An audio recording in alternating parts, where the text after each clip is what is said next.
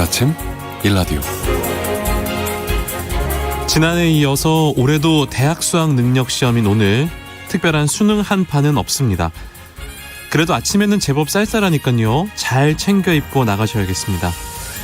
코로나19 이후에 올해도 마스크를 쓰고 응시하는 것은 물론이고요. 이미 확진된 2천여 명의 수험생들은 별도의 장소에서 시험을 치르게 됩니다. 해마다 수능 때 수험생들에게 가장 많이 전하는 응원의 말을 꼽자면요. 긴장하지 마시고요. 공부한 만큼 최선을 다해라. 이런 얘기 가장 많이 하잖아요. 근데요, 사실 세상의 모든 시험, 제 경험상 떨리지 않으면 시험이 아닙니다. 저는 그렇게 생각합니다. 조금 떨리시더라도, 그리고 좀 모르는 문제가 나왔더라도 당황하지 말고 그저 끝까지 포기하지 않고 푼다면 운이라는 것도 자연스럽게 따르지 않을까라는 생각이 드네요. 전국의 수험생 여러분 모두 화이팅입니다. 11월 17일 목요일 오늘 아침 1라디오 출발합니다. 안녕하세요. 아나운서 강승화입니다. 오늘 아침 1라디오 오늘도 생방송으로 함께하겠습니다. 방송에 참여하실 분들 단문 50원, 장문 100원이 드는 유료 문자 샵 9730 이용하셔도 되고요. 유튜브에 KBS 1라디오 공식 채널 검색하고 들어오시면 채팅창에 참여하실 수 있습니다. 콩 어플리케이션에서도 1라디오를 보이는 라디오로 함께하실 수 있습니다. 유익한 정보와 살아있는 이야기가 있습니다. KBS 오늘 아침 1라디오.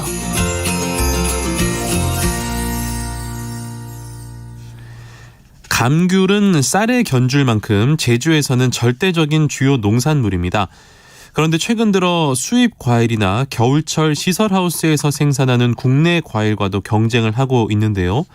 오늘 농수산 이슈에서는 러시아와 캐나다 시장에서 큰 인기를 얻었던 제주 감귤의 수출 이야기 나눠보도록 하겠습니다. 한국농정신문 원재정 기자 연결해 볼게요. 안녕하세요. 네, 안녕하세요. 한국농정신문 원재정입니다. 네, 참 먹기도 편하고 맛있는 감귤이요. 요즘 많이 나오고 있는데 최근에 제주 감귤 박람회가 열렸다면서요? 네, 그렇습니다. 지난 10일부터 14일까지 5일간 제주 서귀포시 농업기술센터 일원에서 2022 제주 감귤 박람회가 열렸습니다. 코로나로 3년 만에 정상 개최됐고요. 감귤의 우수성을 직접 체험할 수 있는 다양한 프로그램을 마련해서 현장에 직접 다녀간 관람객만 5일 동안 5만여 명에 이르고 온라인 방문자 수는 92만 명, 비즈니스 성과도 21억 원에 이른다고 합니다. 감귤 직거래 장터, 미래농업관, 치유농업관, 우수감귤 전시관, 다양한 체험과 볼거리는 물론이고요. 감귤 신품종 육성 동향 같은 이 농가들의 관심이 큰 분야를 주제로 심포지엄도 개최됐다고 합니다. 네, 그러니까 감귤 한 품목으로 박람회가 열릴 만큼 제주에서는 정말 중요한 농작물인데요. 올해 감귤 작황은 어떻습니까? 네, 어제 서울 여의도 국회 앞에서 전국 농민대회가 열렸거든요. 주최 측 추산 15,000여 명이 모였는데 제주도에서도 70여 명의 농민분들이 이 대회에 참석했습니다. 네. 감귤 작황 여쭤봤더니 작황이 썩 좋지는 않다 이렇게 얘기를 하셨는데 봄에 냉해 피해가 있었고요. 또 최근까지는 가을 가뭄이 이어지면서 감귤 농사에도 영향이 있었다고 합니다. 그 결과 생산량은 감소했고요. 하지만 다행히 당도가 높아서 감귤 맛은 좋습니다. 그런데 문제는 가격인데 생산량이 적으면 가격이 오르는 것이 당연하지만 올해 감귤값은 그렇게 높지 않다고 합니다. 그 이유가 뭐냐 이렇게 여쭤봤더니 감귤 농가분들의 이제 얘기는 소비가 감소한 탓이 크다고 합니다. 예전만큼 잘 안 팔린다는 얘기인 거죠. 예전만큼 안 팔린다는 말씀을 하셨는데 그러면은 감귤 소비를 늘리기 위한 대책이 필요한 거네요. 예, 맞습니다. 과거에는 겨울철에 먹을 수 있는 과일이 많지 않아서 따뜻한 제주도에서 생산한 귤이 겨울철 과일 시장을 독주했는데요. 감귤나무 한 그루만 있으면 자식 대학 뒷바라지를 할 수 있다 이런 의미로 대학나무라고 이렇게 귀한 대접을 받던 때도 있었습니다. 네. 하지만 이제 제주도 내에서도 감귤 재배가 크게 늘어났을 뿐만 아니라 출하가 몰리기도 하고 또 수입 과일이 증가한 것 등 이런 경쟁력이 굉장히 많이 떨어지는 여건이 조성이 됐고요. 수입 과일뿐만이 아니라 겨울철에 딸기가 굉장히 많이 생산되고 있는데요. 이렇게 감귤과 소비 시장을 다투는 이런 국내 과일들도 나타났습니다. 그래서 제주도에서는 오래 전부터 감귤의 수출 전략을 고민해 왔습니다. 경쟁자들이 늘어났군요. 그러면은 제주 감귤 수출은 언제부터 했습니까? 네, 제주 감귤이 처음 수출된 것은 지난 1990년대 중반 무렵입니다. 이후 전 세계를 수출 대상으로 삼아 판로를 찾아왔는데요. 네. 예를 들면 지난 2000년 무렵까지는 캐나다에만 1년에 최대 5,000톤가량을 수출했습니다. 하지만 거리가 멀다 보니까 수송 중에 품질 저하 문제, 또 중국산 감귤이 시장을 확대하는 문제 등을 극복하지 못해서 최근에 캐나다로 향하는 감귤의 양은 과거의 한 10분의 1 수준으로 아하. 크게 줄었습니다. 네. 2012년엔 영국에 1,500톤을 수출했는데요. 이후 검역 문제로 인해서 현재 영국으로 수출되는 감귤은 없습니다. 감귤이 이게 저장성이 크지 않다 보니까 멀리 수출하는 거는 부담이 있겠습니다. 네, 맞습니다. 그래서 이제 최근에 감귤 수출 최적지로 떠오른 곳이 러시아입니다. 네. 러시아는 가까운 데다가 우리나라에서 잘 소비되지 않는 대과, 그러니까 큰 감귤을 찾기 때문에 감귤 농가들 입장에서도 가공용으로 처리하던 대과를 이 생과용으로 수출하게 된 건데요. 앞서서 이제 캐나다로 수출하던 제주 감귤 성적이 부진하게 된 이유 중 하나가 중국산 감귤과의 경쟁이다 이렇게 말씀을 드렸는데 네. 중국산 감귤 수출이 활성화되면서 제주 감귤 수출은 한동안 침체됐습니다. 그러다가 2020년, 2021년 감귤 수출이 모처럼 활기를 띠었는데요. 네. 러시아에서 갑자기 우리나라 감귤을 대량으로 수입을 했기 때문입니다. 러시아의 경우 밀 같은 이 곡물 생산 굉장히 많아서 수출 대국으로 알려져 있지만 네. 과일은 또 85%가량을 수입산으로 채울 정도로 재배 여건이 열악하다고 합니다. 그래서 러시아 정부는 급증하는 겨울 감귤 수요를 주로 중국산, 중동산을 수입해서 대처를 했는데 지난 2019년 12월에 중국산 감귤에서 귤 과실파리 이런 해충이 검출되자 바로 다음 달부터 전면 수입 금지 조치를 취했습니다. 그래서 중국산 감귤 대신 제주 감귤이 러시아 수출길에 오르게 된 거고요. 네. 2020년산 감귤 수출량은 4,800톤으로 크게 늘었습니다. 2021년산도 5,100톤에 육박하면서 선전했고요. 제주도 내 수출 선도 조직인 제주 감귤 농협은 물론이고 제주시 농협, 조천 농협, 함동 농협, 중문 농협 이렇게 감귤 주산지 지역 농협들도 첫 선적을 성대하게 기념했습니다. 그러니까 우리나라 감귤은 검역에는 문제가 없다는 말씀이시네요. 예, 그렇습니다. 이 검역에 대한 부분뿐만이 아니라 우리나라 감귤 산업이 그동안 고품질을 유지하는 데 노력한 결과다 이렇게 설명을 할 수 있는데요. 네. 러시아는 최근 20년 새에 국민 1인당 과일 소비량이 2배 넘게 급증했습니다. 먹거리 안전 확보에도 관심을 기울이고 있고요. 중국 감귤에서 검출된 귤 과실파리 문제를 비롯해서 아제르바이잔, 모로코, 우즈베키스탄 등 이 러시아의 주요 농산물 수입국들은 대개는 일부 품목에서 수입이 제한되는 일이 종종 벌어지고 있습니다. 하지만 제주 감귤은 러시아 수출에 있어서 검역상 문제가 발생하지 않았을 뿐만 아니라 수출 물량이 더 크게 늘어났는데요. 그 이유가 우리나라 감귤의 특성이 러시아의 소비자 선호도에 딱 맞았기 때문입니다.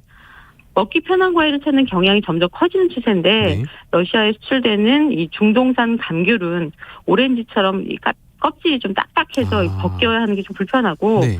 속껍질도 굉장히 질기다 그래요. 그래서 먹고 난 뒤에 씨까지 뱉어내야 하는 이런 불편함이 있는 반면에 우리나라 감귤은 그 약점들이 다 제거된 상태인 거죠. 이런 이유로 2020년보다 2021년에 제주 감귤을 러시아에 더 많이 수출할 수 있었습니다. 그렇군요. 그러면은 지난해까지의 제주 감귤 수출 성과가 올해도 이어집니까? 네, 안타깝게도 올해는 제주 감귤 수출 실적이 급격하게 나빠질 전망입니다. 왜죠? 아시다시피 지난 3월에 시작돼서 아직 끝나지 않은 러시아 우크라이나 전쟁의 영향이 예. 이 감귤 수확기는 현재까지도 해소되지 않았기 때문인데요. 전쟁에 따른 직접적인 수출 제재라든가 제한 대상은 아니지만 물류 상황에 문제가 발생하고 있습니다. 한국농정이 이달 초에 감귤 수출을 담당하는 제주 지역 농협 관계자들이 얘기를 좀 들어보니까 네. 러시아의 블라디보스토크 현지의 항구 하역 환경이 매우 좋지 않다고 합니다. 이 블라디보스토크 항까지는 3일 거리에 불과하지만 현재는 경우에 따라서 항구에 물건을 내려놓는데 2주까지도 시간이 걸리는 상황이라는 건데요. 대한무역투자진흥공사에 따르면 전쟁 때문에 러시아 운항을 중단한 서방의 선사들이 서쪽 항구 대신 극동적으로 물류를 확대하면서 이 블라디보스토크 항 등 극동 러시아 항만들의 물류 적체 현상이 극심해졌다고 합니다. 따라서 제주의 감귤 수출 전망치는 전반적으로 크게 줄어든 상황입니다. 아유, 모처럼 훈풍이 불었던 제주 감귤 수출 시장인데 참 안타깝다는 생각이 듭니다. 예, 당장은 수출길이 좀 얼어붙었지만 러시아 같은 북방 지역을 중심으로 감귤 수출 확대 전략을 짜는 것은 당분간 계속될 전망입니다. 네. 운송거리가 매우 짧은 데다가 고정적인 감귤 수요를 갖고 있고 또 우리나라 시장에서 환영받지 않는 대과를 오히려 선호하는 이 러시아 소비 시장은 굉장히 가치가 크기 때문인데요. 이 제주 지역의 감귤 수출을 담당하는 농협 관계자들 얘기를 들어보면 이 L 사이즈의 대과를 받아주는 곳은 러시아 말고는 찾을 수 없다 이렇게 얘기를 합니다. 상품성 있는 감귤 사이즈는 가장 작은 순서대로 ES, S, M, L, EL 이렇게 5단계로 구분을 하거든요. 네. 동남아시아 국가로 감귤 수출을 하는 것은 또 여러 가지 제약이 있는데 국내 시장처럼 작은 과실만 요구하는 경향이 있어서 결국 또 국내에 큰 귤이 남는 것은 마찬가지 결과가 되고요. 또 날이 덥기 때문에 유통 과정이 부패라든가 저장성 등이 어려울 수밖에 없습니다. 미국 시장은 감귤 사이즈의 문제는 없다고 그럽니다. 그래서 ES부터 EL 사이즈까지 전체 사이즈의 감귤을 골고루 가져가기 때문에 가장 이상적인 수출기라고 할 수 있습니다.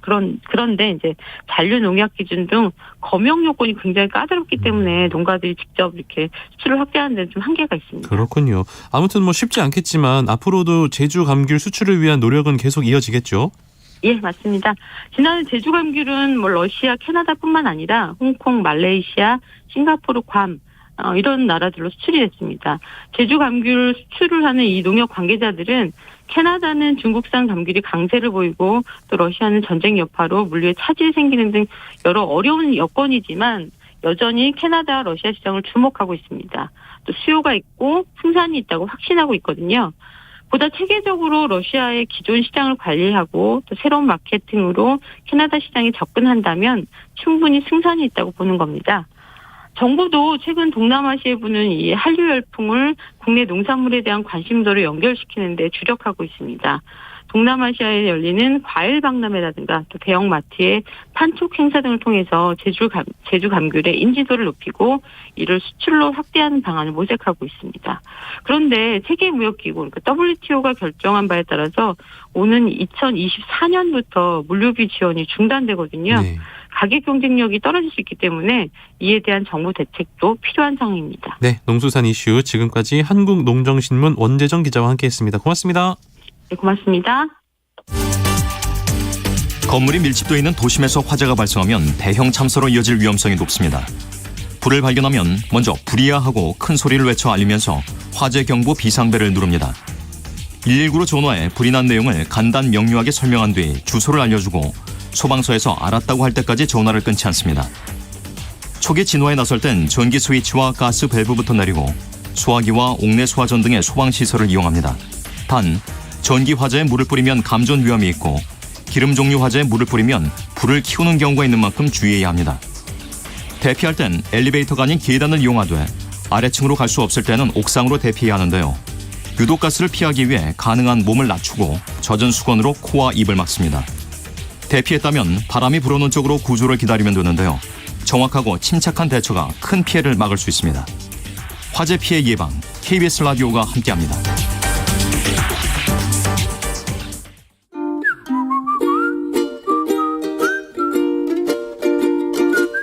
오늘 아침 1라디오 강승화 아나운서의 진행으로 듣고 계십니다.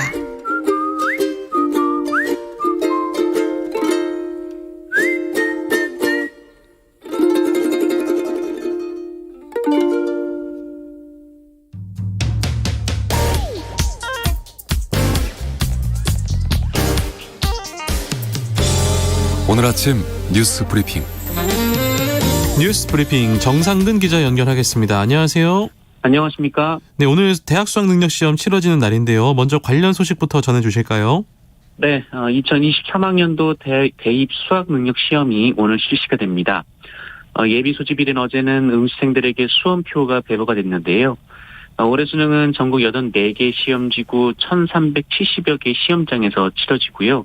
응시자는 50만 8천여 명입니다. 전체적으로 응시자는 작년보다 1,700여 명 줄었는데요. 이 재학생만 놓고 보면 10,000명 정도 감소한 35만 2천여 명입니다. 이 코로나 확진으로 이번에 별도 시험장에서 수능을 치를 응시자는 2,400명 안팎으로 보이는데요. 네.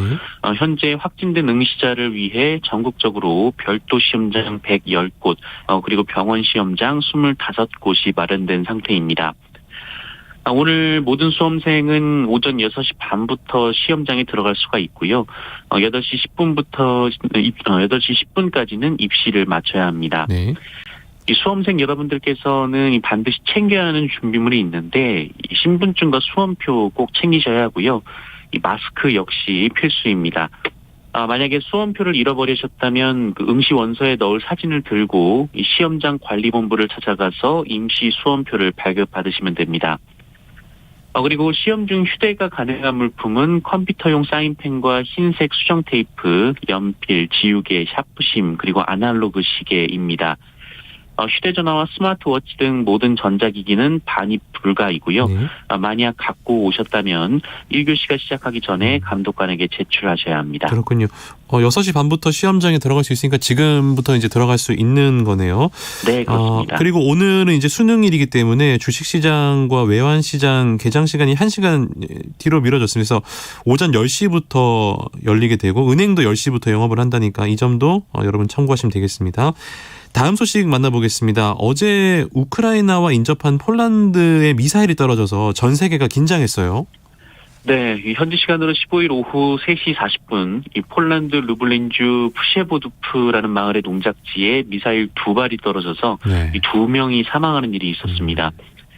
러시아가 우크라이나에 대한 대대적인 폭격을 가하는 와중에 벌어진 일이었고 이 마을은 우크라이나 국경에서 불과 6km 정도 떨어져 있었기 때문에 러시아 미사일 아니냐라는 의혹이 있었는데요.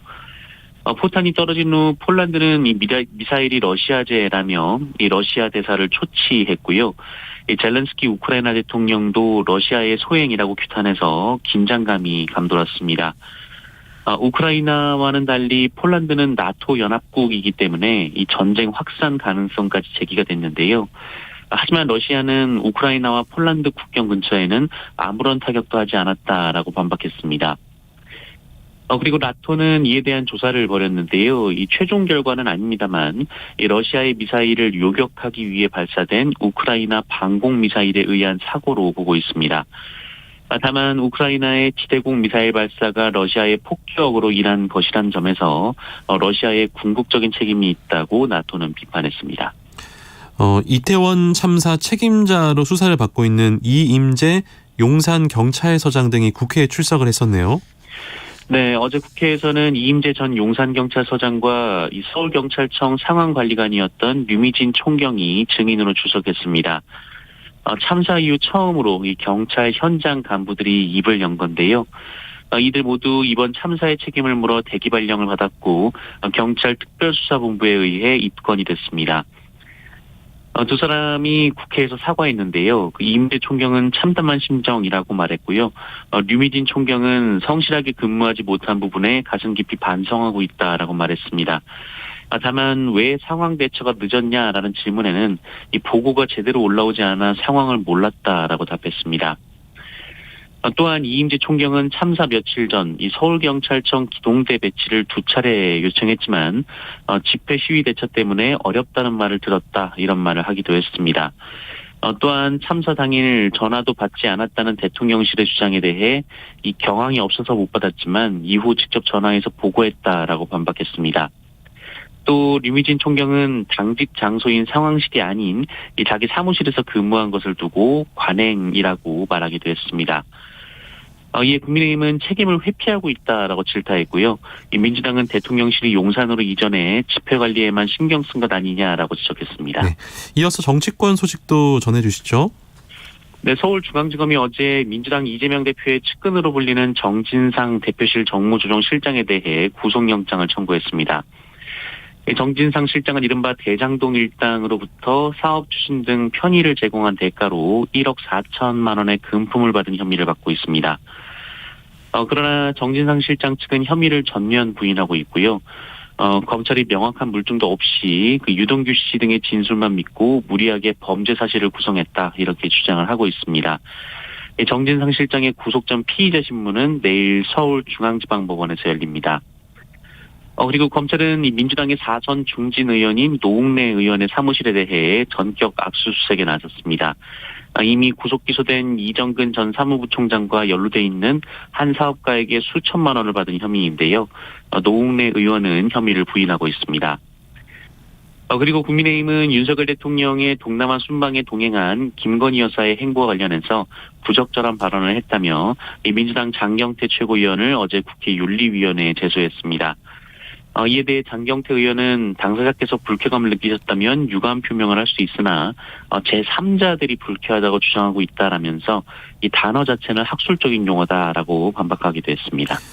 그리고 한일 정상이 강제징용 문제를 조속히 해결하는 데 뜻을 모았다고요? 네, 대통령실은 한일 정상이 지난 13일 이 캄보디아 프놈펜에서 열린 한일 정상회담에서 강제징용 배상 문제를 조속히 해결하자는 취지로 긍정적인 분위기를 형성했다라고 밝혔습니다. 대통령실 고위 관계자는 구체적인 이야기가 오가지는 않았다라고 했는데요. 다만 실무자 간의 해법이 한두 개 정도로 좁혀지고 있다는 보고를 받았다라고 설명했습니다. 그런데 일본에서는 4년 전 이른바 초계기 논란을 두고 우리 측에 사과를 요구하고 나섰습니다. 우리의 해군 참모총장격인 해상 막료장은 한국이 사과하지 않으면 해상 자위대와의 군사교류는 없을 것이다라는 말을 하기도 했습니다. 2018년 초계기 논란은 일본 초계기가 해수면 150m의 저공 비행을 하면서 우리 광개토 대항함의 500m 거리까지 근접근한 위협 정찰을 한 사건입니다. 네. 이에 우리 광개토 대항함이 사격 레이더를 가동을 했는데요. 다만 조준을 하지 않았다는 것이 우리 국방부의 입장입니다만 일본은 이것이 군사적 적대 행위라고 주장하고 있는 상황입니다. 어제 이 뉴스 때문에 많은 분들께서 또 놀라셨는데 대구 도심에서 LPG 가스 충전소가 폭발했습니다. 그렇습니다. 어제 오후 5시 29분쯤 이 대구 서구 중리동 LPG 충전소에서 가스 폭발에 따른 것으로 추정되는 화재가 발생했습니다. 이불로 현장에 있던 충전소 관계자와 고객 등 8명이 온몸 또는 신체 일부에 2, 3도 화상을 입거나 연기를 마셔서 화상 전문 병원으로 옮겨졌는데요. 특히 3분은 이 다친 정도가 비교적 중했지만 이 생명에는 지장이 없는 것으로 전해졌습니다. 이 불은 충전소 충전장치와 가스 운반용 대형 탱크로리 등을 태운 뒤 23분 만인 이날 오후 5시 52분쯤 진화가 됐는데요. 진화를 마친 소방당국은 추가 폭발 가능성은 없는 것으로 보고 있지만 이 만일의 경우에 대비해서 주변 접근을 차단했었습니다. 네. 어제 은행 대출 금리가 또다시 일제히 올랐네요. 네, 어제부터 은행들이 새로 내주는 변동금리 대출금리를 일제히 올렸습니다. 네.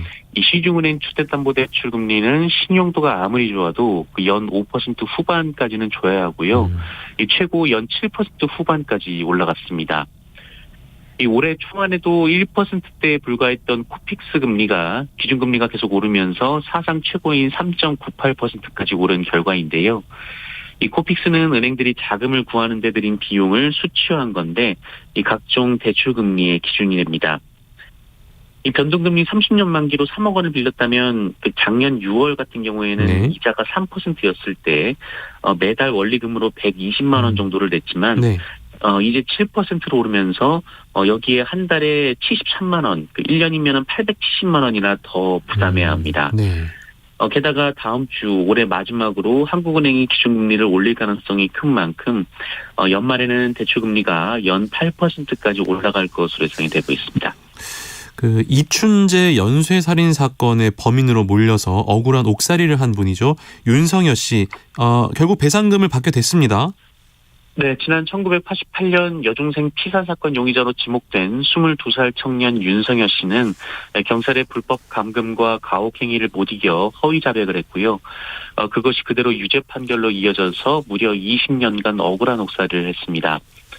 그리고 2019년 이 진범 이춘재의 자백으로 윤성여 씨는 이듬해 재심에서 무죄를 선고받고 누명을 벗었는데요. 윤성여 씨는 곧바로 국가를 상대로 손해배상 소송에 나섰고 1년 반 가까운 심리 끝에 1심 법원은 경찰의 불법 체포, 가혹행위, 그리고 국가수 감정 과정에 위법성이 있다면서 국가가 윤성여 씨에게 18억 6천여만 원을 그리고 윤성여 씨 형제자매 3명에게도 각각 1억 원을 배상하라라고 판결했습니다. 다만 검찰 수사 위법성에 대한 배상 요구는 증거 부족을 이유로 받아들이지 않았습니다. 재판 과정에서 피고 대한민국은 윤석열 씨의 소아마비 장애를 근거로 노동 능력이 상실된 만큼 배상액을 축소해야 한다라는 주장을 펼쳤는데요. 하지만 재판부는 이를 받아들이지 않았습니다. 정부와 윤석열 씨 측은 판결문을 검토한 뒤 항소 여부를 결정할 계획입니다. 네. 이 통계 자료 하나 소개해 드릴 텐데요. 우리 국민의 절반이 결혼의 필요성을 느끼지 못하고 있다라는 통계가 나왔네요. 네, 이 국민 절반은 결혼하지 않아도 괜찮다 이렇게 생각하고 있는 이 통계청 조사 결과가 나왔습니다. 네. 이 통계청은 어제 2022년 사회조사를 발표했는데요. 이에 따르면 결혼을 해야 한다라고 생각하는 사람의 비중은 50%로 2년 전 조사 때보다 1.2%포인트 줄었습니다. 반면 결혼해도 좋고 하지 않아도 좋다라는 응답이 43.2%, 하지 말아야 한다는 응답도 3.6%가 나왔습니다. 성별별로는 약간의 차이가 있는데요. 네. 남자가 55.8%는 결혼을 해야 한다라고 답한 반면 여자는 44.3%가 결혼을 해야 한다라고 답을 했습니다. 그러나 세대별로는 그 차이가 더 컸는데요. 60세 이상은 71.6%가 결혼을 해야 한다라고 답했지만 10대는 29.1%에 그쳤습니다. 그런데 이 결혼을 하지 않는 이유로 가장 많이 꼽힌 것이 돈이었습니다. 네. 이 결혼 자금이 부족해서가 28.7%로 가장 많았고요. 고용 상태가 불안정해서가 14.6%로 뒤를 이었습니다. 그 비율보다는 이유가 더 좀 씁쓸하게 느껴지는 그런 통계 자료였습니다. 네네. 반세기 만에 인류를 달에 보내는 프로젝트 한 발 크게 도약을 했다고요? 네, 반세기 만에 인류를 다시 달에 보내기 위한 프로젝트 그 첫걸음인 아르테미스 1호가 5번째 시도 만에 어제 발사에 성공했습니다. 발사 2분 만에 이 고체 로켓 부스터 등을 분리하며 지구 저궤도까지 상승했고 이 90분 뒤에는 지구 중력 밖에 이 달 전위 궤도에 진입하면서 발사 성공을 확인했습니다. 앞서 이 기술 특별함과 기상 악화 등으로 4차례나 발사가 연기됐었고 또 이번에도 연료 누출 문제로 예정 시간보다 40분 넘게 지연되는 등 우여곡절을 거친 끝에 사전 5기에 성공을 했습니다. 이 아르테미스 1호에는 마네킹이 탑승해 있는데요. 네. 이 달 궤도를 돌면서 실제 사람이 탑승을 해도 생존이 가능한지 여부를 점검하게 되고요. 임무를 완수하면 26일간의 비행을 마치고 다음 달 11일 태평양으로 귀환을 합니다.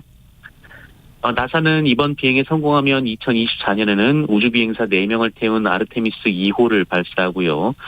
그 다음해인 2025년에는 여성과 유색인종 등 우주비행사 4명을 달의 남극 지역 표면에 직접 착륙시킬 계획입니다. 또한 이 계획이 최종 성공하면 달 상주기지와 우주정거장 건설을 추진하고요. 화성 유인 탐사에도 도전한다는 계획입니다. 네. 끝으로 코로나19 상황 만나보겠습니다.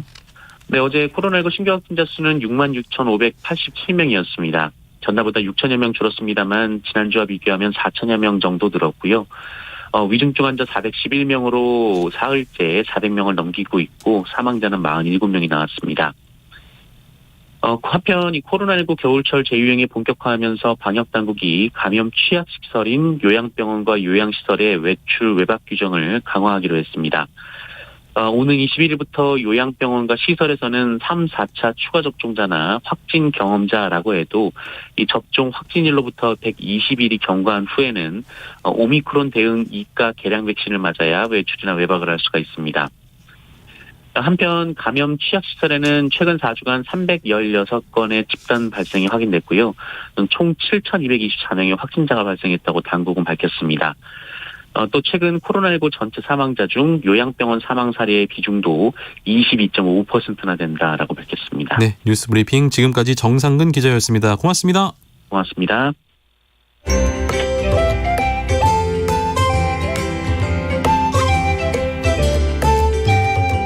상쾌한 하루의 시작. KBS 오늘 아침 1라디오. 농어촌에서 발생할 수 있는 법적 분쟁 상황을 보다 현명하고 지혜롭게 대처할 수 있는 방법 배워보는 시간입니다. 우리 동네 박 변호사, 법률사무소 한아름의 박형윤 변호사 연결하겠습니다. 박 변호사님 안녕하세요. 안녕하세요. 오늘 수능 날이잖아요. 네. 주변에 수험생 혹시 있습니까? 아주 가까운 데에 있어가지고, 제가 뭔지 아무튼 뭐 해줘야 되는데 뭘 못 해주고 수능만 기다리고 있네요. 누가 수능을 보세요 혹시? 뭐 조카가 한 명이 보는데요. 아이고 그러시군요. 예. 그래서 뭐 수능 잘 보라고. 예. 뭐 사실은 저도 그랬지만은 말로 하는 것보다는 끝나고 잘 보면 뭘 해줄 게가 더 좋거든요. 아 그렇죠. 네. 해줄 걸 기다리고 있습니다. 근데 그때 예전에 말씀이 기억나는데 재능 기부로 고등학교에 진로 교육 열심히 다니신다면서요? 네, 제가 중고등학교, 뭐 초등학교까지도 많이 다니는데요. 이제 직업이 변호사다 보니까 직업 교육 같은 걸 많이 가요. 네. 네, 다니면서 이제 최근에 이제 장소고등학교라는 데도 갔었는데, 네. 뭐 학생 중에 한 명이 저한테 뭐 전 변호사가 되고 싶습니까? 뭐 판사가 되고 싶습니까? 뭐 이런 뭐 법조인 어떤 거 되고 싶습니까? 물어봤더니 변호사하고 결혼을 하고 싶다고 이렇게. 예, 당황했습니다. 뭐 당황할 것까지야 뭐. 예, 좀 어린 친구들은 또 이 변호사라는 직업의 이미지를 또 방송 매체를 통해서 만나기 때문에 멋있게 그렇죠. 나오잖아요, 변호사들이. 아, 멋있죠. 예. 저도 그러고 싶은데 그렇게 안 되네요. 안 그래요? 방송만큼의 이미지는 아니에요? 실제 법정에서는 이제 서류를 제출하면 서류 재판을 많이 하기 때문에. 그렇다 그런다라고요? 예, 그렇게 멋있게 예. 이렇게 하는 경우는 국민참여재판 정도는 하지만 예. 일반 재판에서는 그러지는 않습니다. 그러니까 드라마에서는 막 변호사들이 뭐 재판장님 이 있습니다. 그러면 뭐 이거는 이래서 저거는 저렇습니다. 이렇게 멋있게 하는데 실제는 아니란 말씀이시잖아요. 그냥 대부분 서류로 이렇게 제출을 하시고. 그렇죠. 이제 이제 구두변론 하는 거는 그렇게 길지는 않고요. 예. 미리 준비된 서면을 제출하면 그 서면을 확인하는 정도의 재판을 많이 합니다. 그렇습니다. 오늘 수능 날인데 변호사님 그 수험생들에게 응원의 한 말씀 해주시죠. 오늘 찍는 그대로가 다 정답일 겁니다. 우리 지금 듣고 있는 우리 선생님 여러분, 평소 실력보다 훨씬 더 좋은 성적 다 받길 바라겠습니다. 예, 저도 응원하겠습니다. 오늘 이제 수능이 끝나면 놀이공원 같은 데 가면요. 이렇게 수험표 네. 제시하면 할인해 주잖아요. 예. 오늘 사례도 뭐 비슷한 뭐 사례라면서요?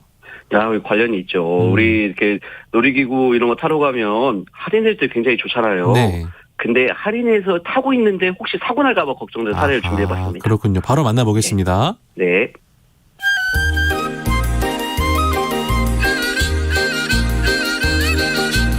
그래요. 애미야, 그 영이 잘 놀고 있다. 이 세상에서 제일로 귀한 것이 우리 손녀니께. 영이는 아무 걱정 말고 잘 다녀오라니까. 그래요. 할아버지, 오늘 동물원 가면 안 돼요? 아유, 우리 영이가 동물원 제일로 가고 싶은겨? 그래요. 그러면 우리 손녀 오늘 하고 싶은 거 다 해요. 할아버지가 뭐든 다 해줄게요. 신난다. 동물원 가서 코끼리도 보고 하모도 보고 놀이기구도 타고 싶어요. 그래요.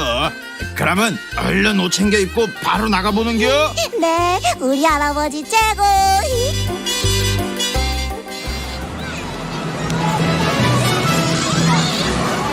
영이야, 솜사탕 맛있어?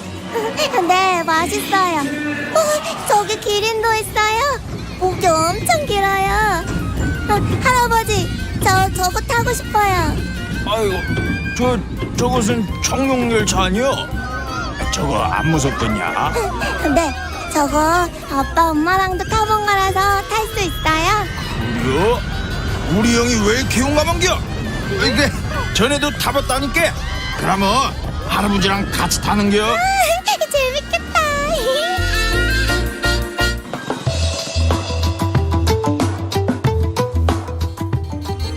본 청룡열차 곧 출발합니다. 안전벨트 다시 한번 확인해 주시기 바랍니다. 자, 그럼 3, 2, 1, 출발!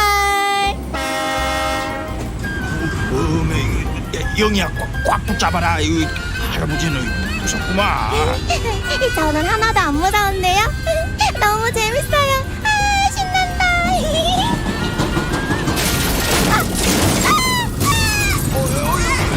영이야, 이게 뭔 일이야 이거?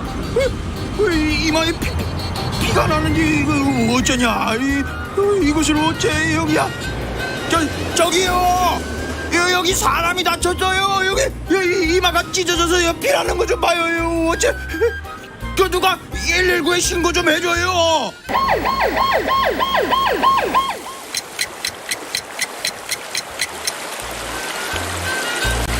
아유, 경찰관님 안녕하세요. 아, 오셨어요? 아유, 어떻게 며칠 지났는데 손녀분은 좀 괜찮아지셨어요? 그 상처 볼 때마다 마음이 아파 죽겠어요. 경찰에서는 조사는 좀 해보셨어요? 아, 네, 할아버님. 놀이공원 현장에 가보니까요. 열차 레일에 설치해서 기둥을 받치는 손가락 굵기 정도 되는 철제 구조물이 있는데 그게 용접 파손이 되면서 레일 위에 늘어져 있더라고요.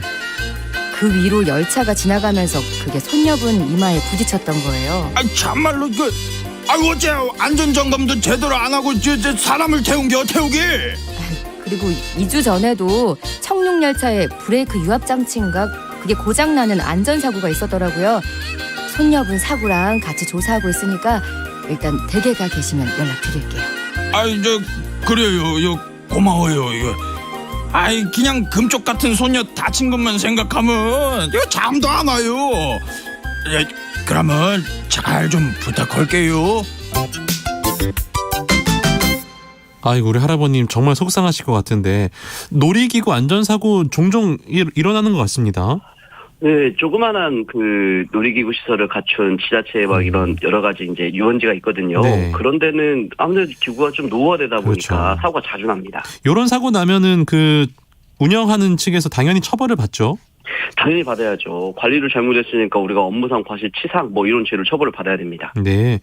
이제 그 놀이공원이나 동물원 같은 곳에 관리 부실로 사고가 발생했다면 운영하는 업체뿐만 아니라 그 지자체에도 혹시 책임이 있습니까?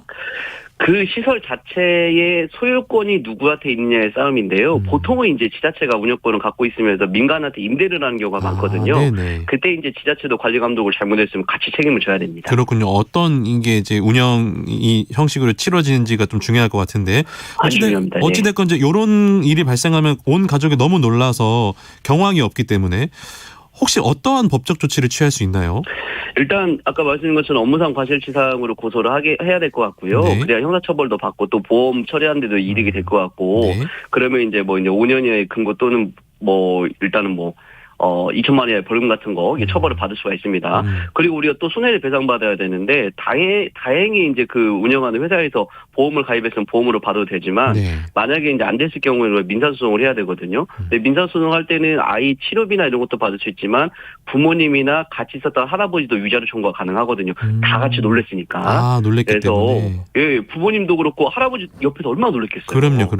그런 것까지 네, 청구를 할 수 있다. 위자료 청구 가능합니다. 네. 네. 그리고 그 이제 아이가 6살이면 이제 다쳐서 어린이집이라도 못 가게 되면 이제 부모들이 돌봐야 되잖아요. 그렇죠. 근데 그러면 네. 부모가 직장에 못 나가기 때문에 이런 것도 혹시 네. 손해배상 청구할 수 있습니까? 당연히 가능하죠. 아이 때문에 못 갔고 사고 때문에 못 간 거고 네. 또 어차피 부모님 안 계셔도 다른 분이 이제 아이를 돌봐야 되거든요. 어리니까 당연히 그 돈까지 다 손해배상으로 받을 수 있습니다. 그렇군요.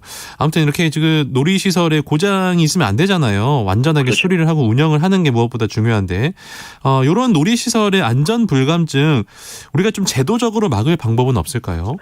민간 임대 방식은 어쩔 수 없이 이윤 추구를 할 수밖에 없거든요. 근데 이게 한 2년 정도밖에 임대를 못 받기 때문에 2년 사이에 노후화된 그 놀이시설을 교체하기는 어렵습니다. 네네. 그래서 유지보수만 하는데 이왕이면 지자체가 직접 임대하지 말고 직접 운영을 하든지 만약에 임대 방식으로 운영을 하더라도 이런 것들을 적극적으로 안전점검을 해야 되고 그게 잘못됐을 때는 과감하게 2년 뒤에는 임대계약을 체결해줘서는 안 됩니다. 그래서 안전사고를 예방하기 위해서는 꼭 지자체가 적극적으로 주체가 돼서 운영을 해야 하는 게 중요할 것 같습니다. 거기에 더해서 이제 오늘 수학능력시험 치르고 나서 우리 학생들 시험 딱 끝나면 긴장 풀리면서 또 흥분해서 놀이공원 갈 수도 있잖아요.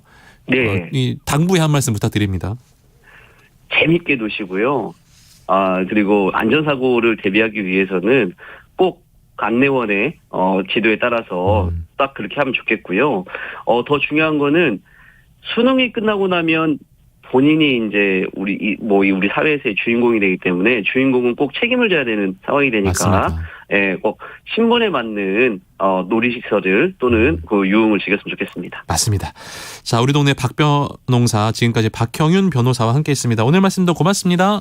감사합니다. 네, 많은 분들께서 수험생들을 응원하는 문자 메시지 보내주셨는데요. 하나 소개해드리겠습니다. 7910번님. 오늘 수험생들 모두 파이팅 하시고요. 제주 감귤 수출길도 꽃길이 되길 바랍니다라고 보내주셨습니다. 네, 저도 진심으로 우리 수험생 여러분 응원하도록 하겠습니다. 날씨도 알려드릴게요. 오늘 전국이 구름이 많다가요. 점차 맑아지겠습니다. 오늘 아침 기온은 6도로 어제와 비슷하겠고요. 낮 기온은 어제보다 좀 오르겠네요. 그래서 일교차가 클 전망입니다. 아침까지 중부와 전북 내륙에는 안개가 짙게 끼는 곳이 있겠습니다. 미세먼지 농도는 전 권역이 좋음에서 보통 수준으로 예상이 되네요. 수도권과 세종, 충북, 충남, 대구는 오전에 일시적으로 나쁨 수준을 보이겠습니다. 아침 최저기온 0도에서 10도고요. 낮 최고기온 14도에서 19도가 되겠습니다. 네, 오늘도 건강하고 안전한 하루 보내시고요. 저는 내일 아침에 다시 돌아오겠습니다. 지금까지 아나운서 강승화였습니다. 여러분